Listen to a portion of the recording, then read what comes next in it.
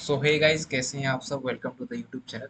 Subscribe कीजिए हमारे channel को और साथ ही बेल आइकन को दबाना ना भूलें ताकि हमारे अपडेट्स आपको मिल सके। तो चलिए फ्रेंड्स, शुरू करते हैं। आज की इस वीडियो में हम एक हार्ड लेवल की प्रॉब्लम सॉल्व करने वाले हैं जो कि बहुत सारे कंपनीज में बहुत बार पूछा गया है। यहाँ तक कि गूगल मांग जैसे कंपनी में ट्रैपिंग रैन वाटर वाली क्वेश्चन पूछी गई है। हार्ड लेवल की है ये।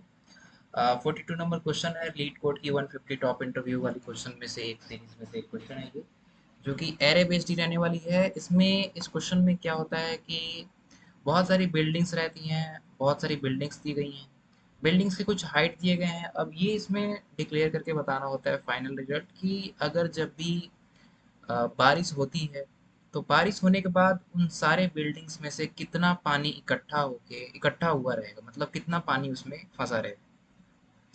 आपको इनपुट में ये हाइट दी होगी। हाइट का मतलब है कि उस बिल्डिंग की हाइट क्या होगी, और आपको आउटपुट आउटपुट बताना है कि मतलब कितने लीटर पानी। आप अगर कहें कि एक इन दोनों घर के बीच में अगर 1 लीटर पानी स्टोर है तो 1 लीटर यहाँ पे स्टोर है।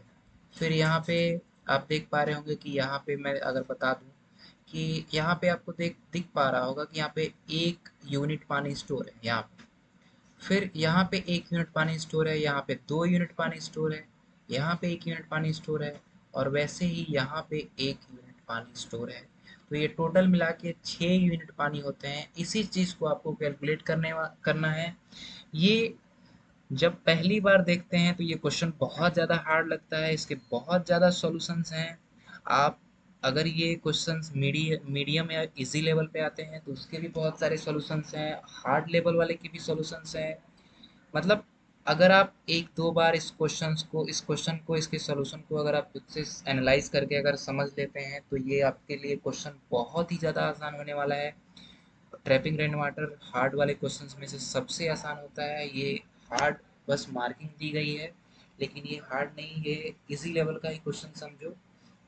इसके बहुत सारे सॉल्यूशंस हैं। अभी मैं एक सॉल्यूशन यहाँ पे लिखने वाला हूँ। जैसे अगर मैं इसको सॉल्व करना शुरू करूँ तो सबसे पहले मैं क्या करूँगा, अगर आपको पता चल रहा होगा मैं आपको बता दूँ। इसमें 4 ऐसे केसेस होते हैं। 4 केसेस सिंस यहाँ नहीं लगेंगे। केसेस क्या होगा कि अगर आप समझो कि एरे जो है वो कुछ इस प्रकार से है कि वो डिसेंडिंग ऑर्डर में है। ठीक है, डिसेंडिंग ऑर्डर में है या फिर असेंडिंग ऑर्डर में है, तो वहां पे कोई भी पानी स्टोर नहीं होगी। पहली चीज तो ये। फिर दो दो केसेस तो ये हो गए। पहला केस कि अगर एरे सॉर्टेड है डिसेंडिंग में या फिर असेंडिंग में, तो वहां पे कोई पानी स्टोर नहीं होगी। तीसरा केस ये बनता है कि अगर एरे की लेंथ 2 है तो वहां पे भी कोई पानी स्टोर नहीं होगी। चौथा केस बनता है कि अगर आपकी एरे की लेंथ 0 है तो वहां पे भी कोई पानी स्टोर नहीं होगी। और पांचवा केस ये बनता है कि अगर आपकी एरे की लेंथ 1 भी है तो भी कोई भी पानी स्टोर नहीं होगी। इन केसेस का ध्यान रखना बहुत ज़्यादा ज़रूरी होता है कि अगर आप अप्रोच लगाते हैं, अप्रोच के साथ अगर ये 4-5 केसेस अगर आप उसमें अपने डॉक्यूमेंटेशन में भेजते हैं इंटरव्यू के टाइम, तो बहुत ही ज़्यादा इफेक्टिव हो जाएगा। वैसे इसमें बहुत सारे ऐसे वेरिएशंस भी हो जाते हैं कि अभी तो इस क्वेश्चन में ये शायद वेरिएशन नहीं है कि यहाँ पे जो पानी स्टोर होगा ये क्या 1 यूनिट की ही है, तो हमें मल्टीप्लाई कराना पड़ता है। अभी हमें 1 यूनिट का मल्टीप्लाई नहीं कराना पड़ेगा, 2 यूनिट का मल्टीप्लाई नहीं कराना पड़ेगा, क्योंकि ये हमें पता है कि इसमें 1 यूनिट ही पानी स्टोर हो रहा है। इसलिए अगर ये वो कह देता कि अगर 2 यूनिट पानी इसमें स्टोर है तो हमें 2 से मल्टीप्लाई कराना होता, तो यहाँ पे 12 इस आउटपुट आता। ठीक है, तो हम आपको अगर आप देखेंगे तो आपको दिख रहा होगा कि यहाँ पे कुछ एरे हैं। ये ये एक है बिल्डिंग, ये एक है बिल्डिंग। इन दोनों में आपको अगर एनालाइज करेंगे तो आपको क्या पता चलेगा कि आपको मिनिमम जो लेंथ, मतलब इन दोनों में, इसमें और इसमें, जो सबसे मिनिमम हाइट की जो बिल्डिंग होगी, मैक्सिमम उतने ही बराबर जो पानी होगा वो स्टोर हो सकता है।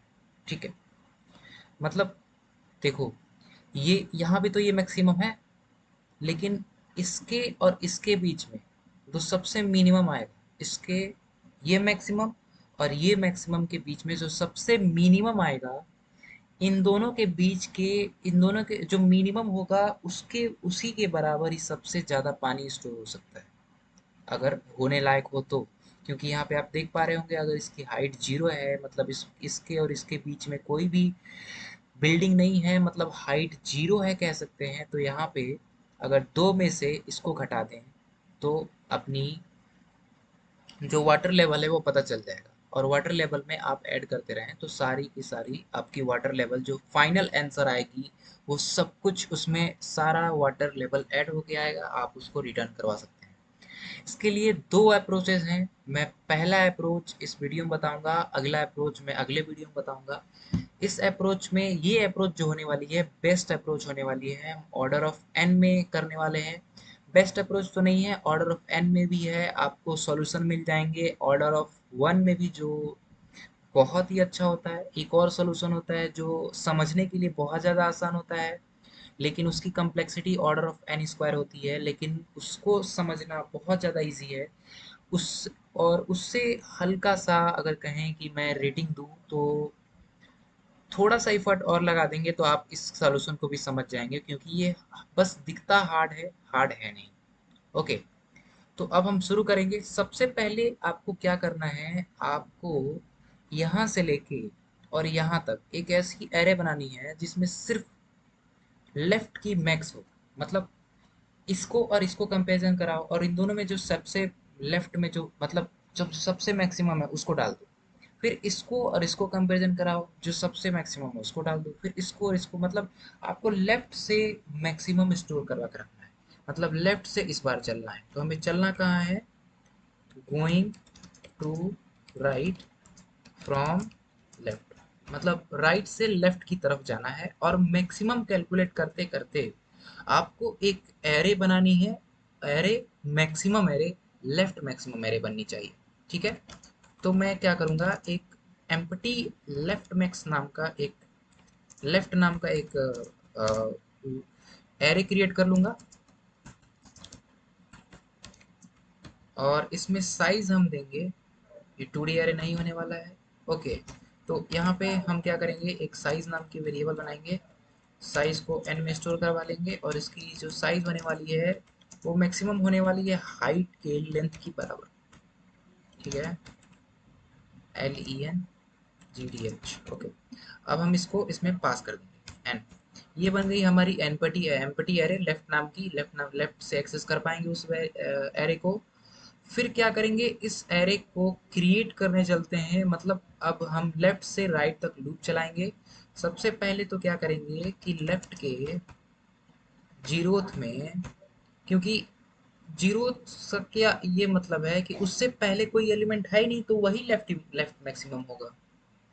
तो हाइट का 0 डाल देंगे, क्योंकि सबसे पहले लेफ्ट को कैलकुलेट करने का कोई मतलब है नहीं, क्योंकि जब एक ही एलिमेंट है, जब यही एलिमेंट है तो इसमें क्या लेफ्ट, क्या मैक्सिमम और क्या मिनिमम। तो इसमें जो भी होगा, मतलब हाइट के जीरोथ में जो भी होगा वही मान लेंगे कि वही लेफ्ट का सबसे मैक्सिमम है। फिर हम कहाँ से लूप स्टार्ट करेंगे, आई 0 में तो कर दिए, अब हमें करना पड़ेगा 1 से।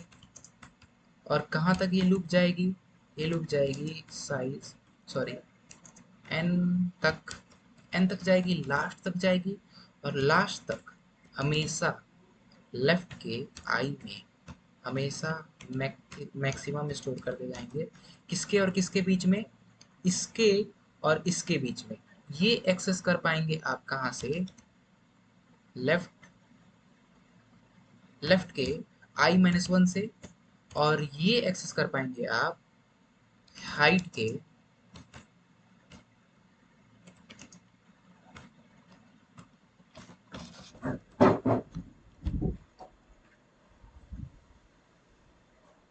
आप एक्सेस कर पाएंगे हाइट के आई से। तो अभी जो एरे बन के आएगा वो बहुत ही, मतलब ऐसे एरे बन के आएगा कि यहाँ से हम, मतलब यहाँ से शुरू कर रहे हैं, यहाँ तक जा रहे हैं। और इसका इसका मतलब एक दूसरे के कंसेक्यूटिव एलिमेंट को कंपैरिजन करा के उन दोनों में लेफ्ट का मैक्सिमम सारा कुछ कैलकुलेट करते जा रहे हैं और लेफ्ट में स्टोर करवा रहे हैं। ठीक है, अब हम क्या करेंगे, अब हम आएंगे राइट से, going to left from right. ठीक है, तो हम राइट नाम का एक और एरे क्रिएट कर लें, कोई प्रॉब्लम नहीं है। इसकी भी साइज एन ही रहने देते हैं। ठीक है, फिर जो राइट के लास्ट वाले एलिमेंट में, क्योंकि मैंने अभी का कंसेप्ट बताया कि अगर लेफ्ट से शुरू करते हैं तो जीरो को कंपैरिजन करने से क्या मतलब, क्योंकि उसके पहले कुछ है नहीं। अब वही है तो सबसे मैक्सिमम तो वही होगा। वैसे ही अगर मैं यहाँ से चलना शुरू कर रहा हूँ, अब राइट से चलना शुरू कर रहा हूँ, तो इससे क्या मतलब कि इसके, क्योंकि इसके राइट तो और कुछ है नहीं, तो यही सबसे मैक्सिमम होगा। तो राइट के n-1 इंडेक्सिंग पे, मतलब सबसे लास्ट वाली इंडेक्सिंग होती है, उस इंडेक्सिंग पे हम क्या स्टोर कर देंगे, एरे का n-1। ठीक है, अब हम क्या करेंगे, राइट से चलना शुरू करेंगे, तो अपना i कहाँ से शुरू होगा, n-2 से, और कहाँ तक जाएगा, ग्रेटर देन इक्वल टू 0 तक जाएंगे हम।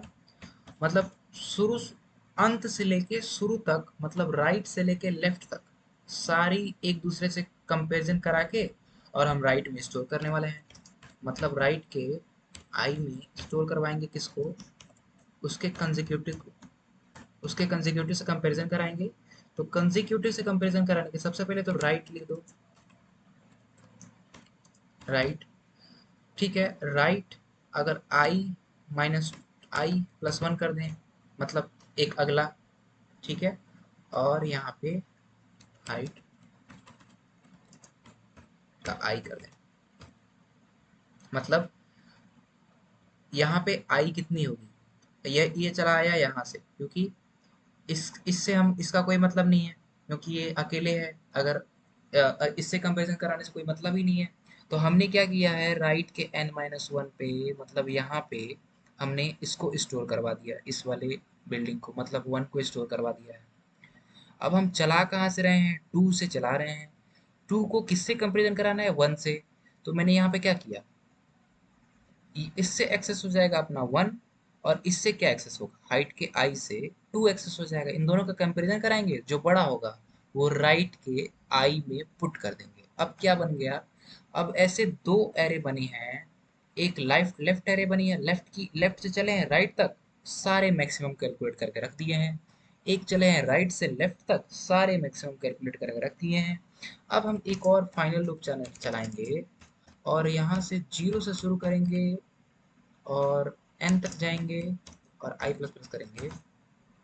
इसमें क्या करेंगे आप, मैं देखो क्या होगा कि फिर से बता देता हूँ, इसमें और इसमें, इन दोनों का अगर कंपैरिजन हो, ये मैक्सिमम है लेफ्ट का और ये राइट का मैक्सिमम होगा। ठीक है, इसमें और इसमें कंपैरिजन कराया जाए तो हमें कितनी, मतलब मैंने जब स्टार्टिंग में वीडियो में बता रहा था कि लेफ्ट वाली जो बिल्डिंग होगी ना, मतलब जो सबसे मिनिमम बिल्डिंग होगी, मैक्सिमम उसी के बराबर ही पानी स्टोर हो सकता है। अब हम क्या करेंगे, एक इंट मीन में, मैं मीन निकालेंगे किसका किसका, लेफ्ट वाले आई का और राइट वाले आई का। लेफ्ट में आई का और राइट में, सॉरी, राइट में आई का, राइट वाले आई का निकल गया। ठीक है, मीन निकल गया अपना। ओके, जब मीन निकल गया मतलब 1 निकल गया, अब 1 में से अगर 0 घटा दो, ठीक है, देखो 1 में से एक एक तो यहाँ पे रिजल्ट के लिए एक वेरिएबल बना लो, सम के लिए एक वेरिएबल बना लेते हैं, सम इक्वल टू 0 कर देते हैं सबसे पहले। फिर फिर क्या होगा, यहाँ पे देखो आप, आपको क्या करना है, मीन आया होगा 1, मतलब मीन लिख दिए, मीन में से एरे का आई अगर घटा देते हैं, ठीक है, तो क्या निकलते आएगा, सम निकलते आएगा। अब फिर सम में सम को जोड़ते रहेंगे, तो जो फाइनल एरे निकल के, फाइनल जो सम निकल के आएगी वो 6 निकल के आएगी। अब देख लेते हैं एक बार, रिटर्न सम करके और एक बार ट्राई करके देख लेते हैं।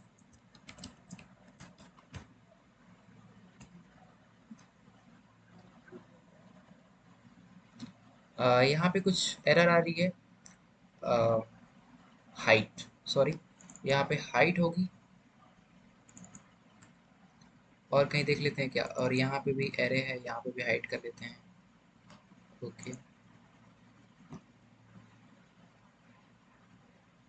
ओके। सो अपना दोनों केस बार हो चुका है। अब हम सबमिट करके देखते हैं हमने कितने परसेंट लोगों को इसमें बीट किया इस सॉल्यूशन में। सो हमने 67% लोगों को बीट कर दिया है। 1 माइक्रो सेकेंड में अपना सॉल्यूशन रन किया है और ये अपना सॉल्यूशन है। और हमने बीट किया है मेमोरी में 56% लोगों को।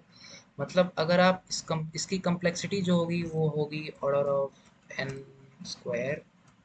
अगर आप इसको ऑर्डर ऑफ एन में कर पाते हैं, सॉरी, ये इसकी कॉम्प्लेक्सिटी होगी ऑर्डर ऑफ एन। एक और सॉल्यूशन है जो अगले वीडियो में आएगी जिसकी कॉम्प्लेक्सिटी होगी ऑर्डर ऑफ एन स्क्वायर, जिसमें कुछ केसेस पास नहीं होते हैं क्योंकि वहाँ पे टाइम लिमिट एक्सीड हो जाएगा। मैं इसी में करके दिखाऊंगा। वीडियो लंबी हो जाएगी इसलिए मैं अगली वीडियो में करके दिखाऊंगा। Okay, so thank you for watching the video. Let's wait the next video. Thank you.